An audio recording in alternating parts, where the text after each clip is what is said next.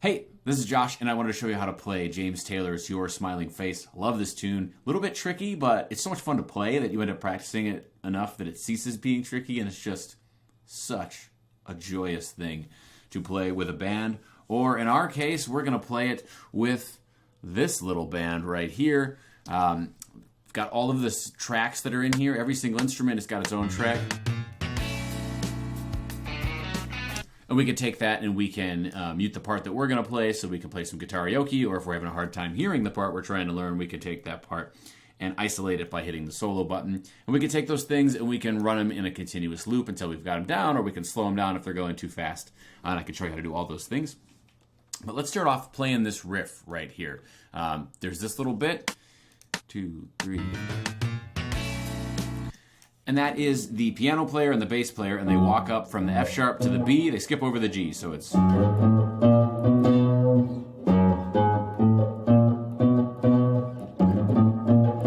doubled up on the B, and then they play an A over B. That's an A triad, A, C sharp, E over B. It's a very gospel-y sounding thing right there. And when they get there, the guitar player chimes in with this cool fuzzy riff. He's going from the D natural to the D sharp, then the F sharp and the B, and he's bending up this G sharp until it's an A. It's the same thing. It's a very blues sounding thing. And it's a blues sounding thing in B.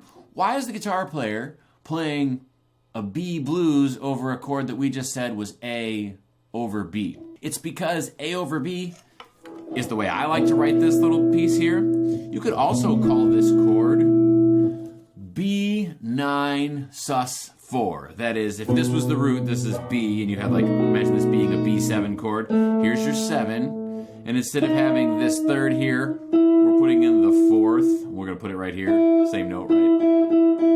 It's an E. And instead of having the third the other direction, we're going to put the 9. So now you've got root, flat 7, 9, 11, or 4, however you want to think about that, sus4. So you could call it B9 sus4. I just like A over B because it's shorter and it's easier. Because a lot of times I can just play A, and I know that the bass player is covering B. But it does go a long way to explain, why did the guitar player play... why did he play a B blues thing over that? That's that riff for the intro. Later on in the song, after the first chorus ends, we take that same lick that's in here, and instead of bending up from the G sharp to the A, we bend from B flat up to B natural. And there's actually an overdub on there if you are feeling ambitious and you want to get all of it in there. It's almost like you're playing the notes of an F sharp chord to a B chord.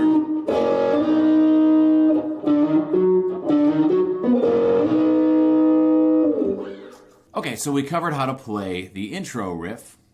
That happens twice. You can see that right here in this chart. They play their call, you play your response, they play the call, you play your response. And there's a drum fill, and it sets up this thing. There's a lot of chords in here, and there's a lot of little black dots. But it's actually much easier than that because the piano player and the bassist are doing most of the heavy lifting. And we can hear this when we listen to the guitar part in isolation. Let's listen to the verse here. Let's listen to just a couple beats of this one.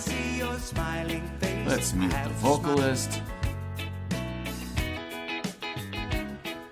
And you can hear there's all this stuff going on, but when you listen to the guitar part in isolation,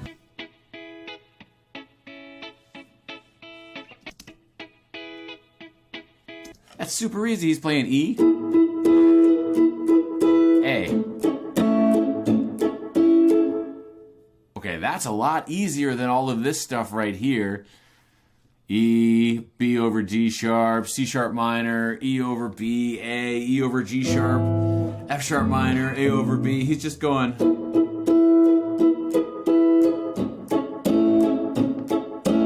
It's just this E right here. 1 and 2 and 3 and 4 and 1, 2, 3, 4, 1, 2, 3, 4, 1, 2, 3, 4, 1, 2, 3, 4. That's that E to that A right there. And then we get down here to such a cool little riff that you double up with the piano player on.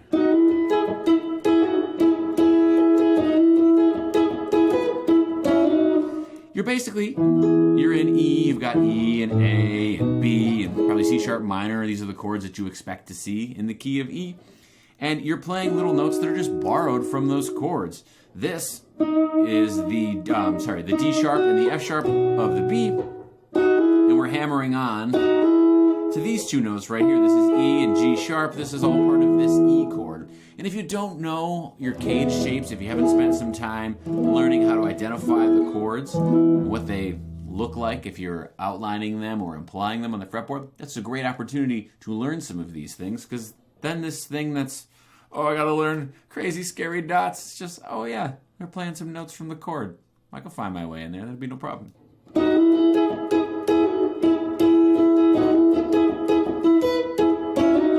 So that's this. And then the second time through, which starts right here, starts the same. And then you've got, this is the top part of that E chord. And then you are sliding up from A, so you got C sharp and E, which is implying this, A bar chord here. And you're sliding that up into that B. And then you do this whole thing again. So let's take it here from measure 10 over here to measure 17. You've got 1, 2, 3, 4, 1, 2, 3, 4, 1, 2,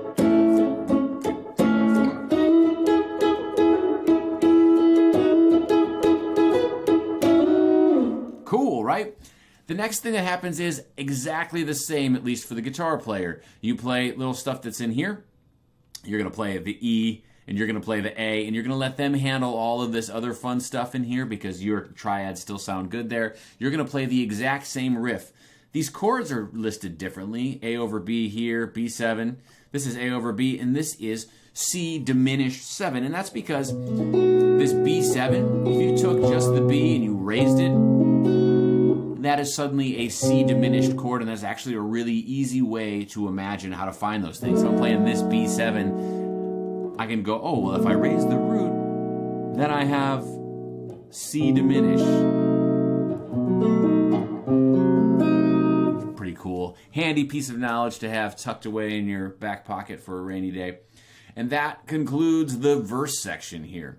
One thing I will say, I think in measure 18 here, I think he plays, or maybe in 19, he goes...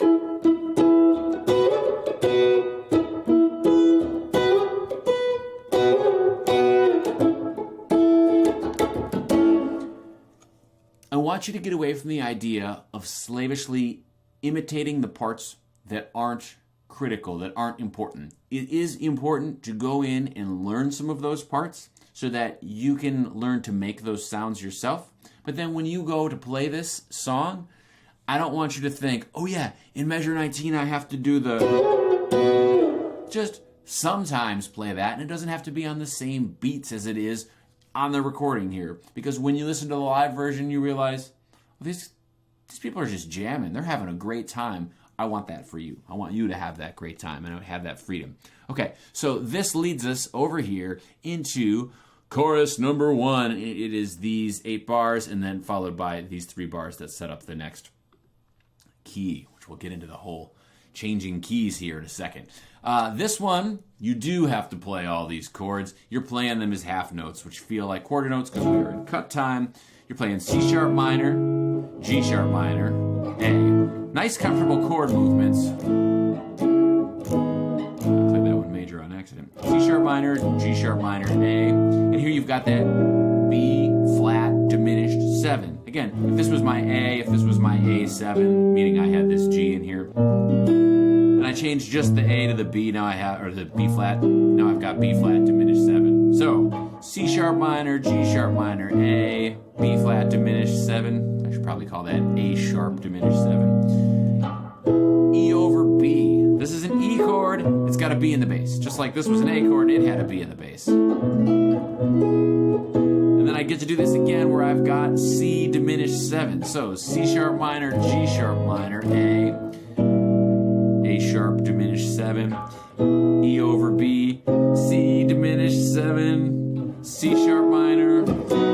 that syncopation in there. They go.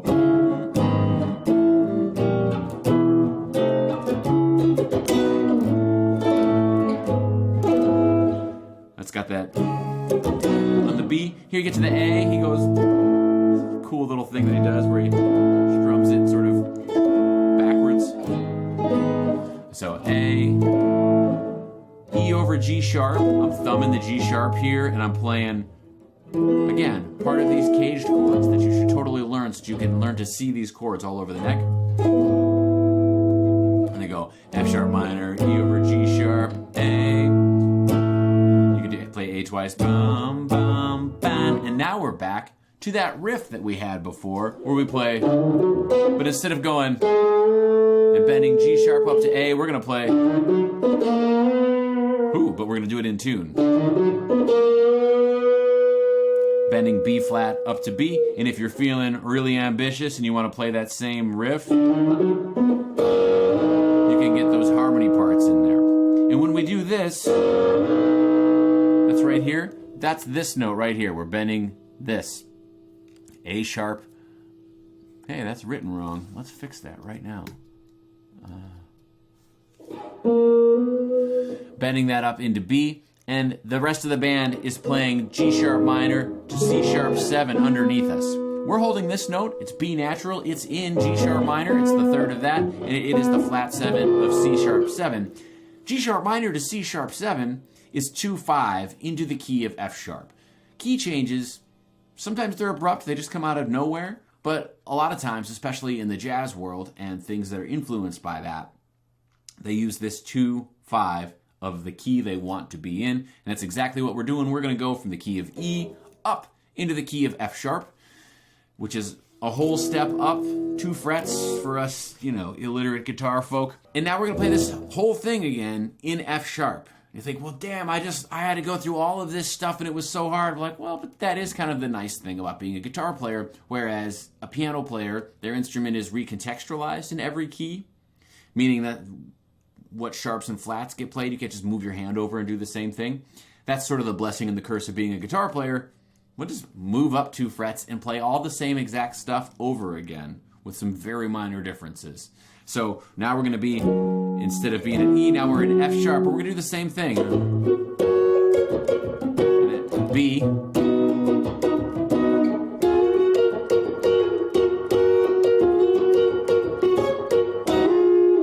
Same exact stuff. That's this right here. We're in verse. That was measure 37 through measure 44 that I just played. Again, there's all this crazy stuff. C sharp over E sharp. I got to think super hard. But you don't, because you just got to play F sharp, and you're going to play B, and you're going to let the bassist and the piano player handle those chords in between, and you get to play this glorious little riff right here. My God, that's so much fun. It happens again. You play the F sharp, you play the B, you play the riff. The bass player plays a D instead of a C sharp this time, which makes this chord no longer a C sharp 7, but makes it a D diminished 7. Woo, yeah, spicy. I like it. Then we're in this chorus thing again. This is that long string of chords we just played that was kind of tricky. But again, we're just taking our hands and we're moving up 2 frets. So if you taught your hands how to play this, there's not a lot of extra work remaining to be done. You've got D sharp minor, A sharp minor, B, C diminished 7, F sharp over C sharp, G diminished 7, D sharp minor, C sharp, B, F sharp over A sharp. That says G sharp, but it should say G sharp minor. And then the bass and the piano do the same thing they did before, but this time in the intro, but instead of playing starting at F sharp going up to B, they're going to start here on G sharp. And they're going to walk their way up to this B, right? B, D sharp, F sharp, over C sharp. Same thing that we did in the intro, it's just up 2 frets. And now, just like we played this and we outlined a B chord before, now we're going to outline a C sharp chord. So, right? You got like E going up to F, G sharp, C sharp, and you're bending from this A sharp into the B.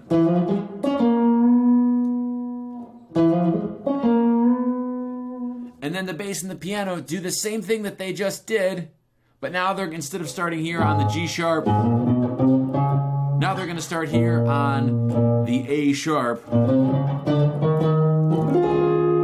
And they're going to walk us up into the next key change, because now they've got this C sharp over D sharp, and you're going to play that same lick that you played here, and then you played it. That was the intro. This is in the interlude. And now you're going to play this one, because they just played. Timing is ever so slightly different. This part's the same, but instead of going, you go.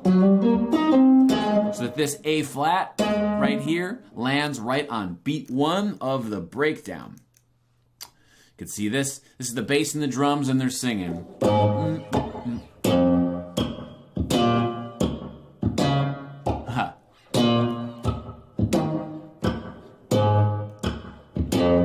All right, and I don't know if you've seen these things before. This means play the last 4 measures again, and this means play those last 4 measures yet again.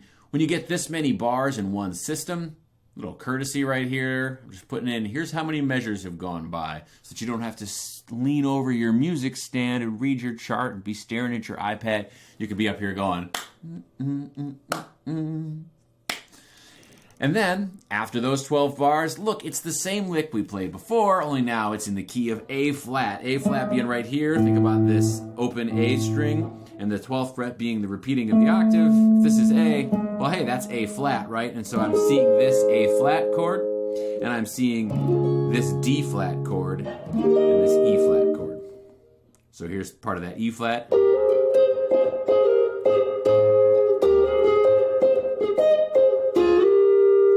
Right? Same lick, we just moved it up yet another 2 frets. So you play that, and here in the outro, you're just doing the thing that we did before. D flat, and then the lick.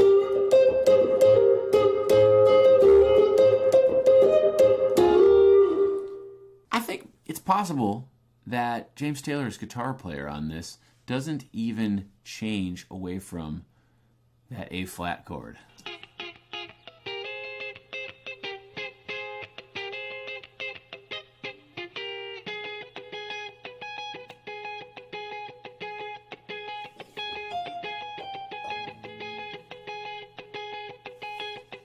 Cool, he's playing.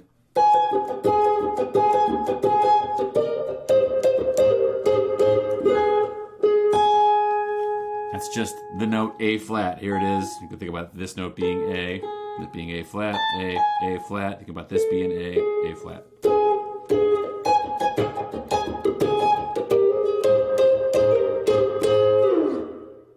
There you go. That's Your Smiling Face by James Taylor. Such a joy to play. Is it tricky? Does it have a lot of stuff? Yeah, sure. That's what makes it fun to do. It's challenging, but when you get it right, it's not like hanging on for dear life. It's just great big smile on your face. You look out into the audience. Everyone in the audience has a smile on their face, and that is where it's at.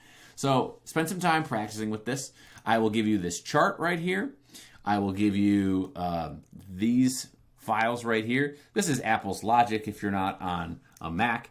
We can do this in Persona's Studio One. They have a free DAW that I think is excellent. If you're super attached to the DAW that you already have, email me. I'll send you these files and you can drag this tempo map in and move Reaper or Pro Tools or Ableton or whatever you use to follow the groove of this band, which is not recorded to a click. All right, go get them.